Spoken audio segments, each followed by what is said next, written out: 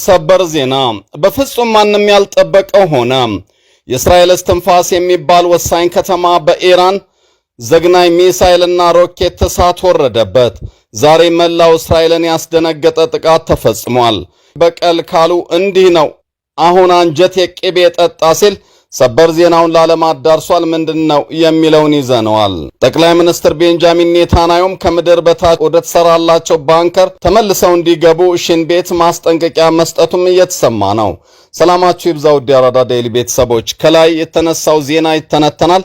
አዲስ የምትቀላቀሉን ሰብስክራይብ ማድረግ እንዳይረሳ። ወደ ዜናዎቹ አመራን።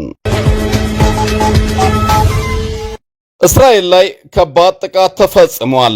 ምን አይነት የሚለውን ከማየታችን በፊት ቤንጃሚን ኔታንያሁ በፍጥነት ወደ መደበቂያ ይግቡ ያስባለውን ዜና እናስቀድም።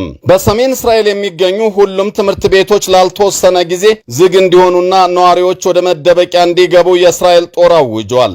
የኢራንና ሚሳኤል እንደ በረዶ ማዝነቡን ተከትሎ ከዚህ የከፋ ጥቃት ታቅዶልናል ያለው የእስራኤል ጦር ትምህርት ቤቶች በሙሉ ዝግ እንዲደረጉ ሲል ትዕዛዝ ሰጥቷል።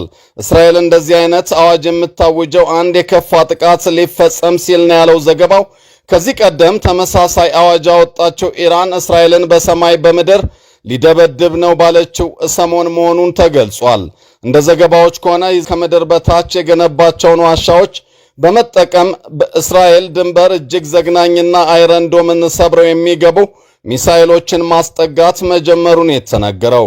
ይህ ብቻ ሳይሆን ጠቅላይ ሚኒስትር ቤንጃሚን ኔታንያሁ ከምድር በታች ወደ ተዘጋጀላቸው ባንከር ተመልሰው እንዲገቡ ሽን ቤት ማስጠንቀቂያ መስጠቱን ዘገባዎች አመላክተዋል።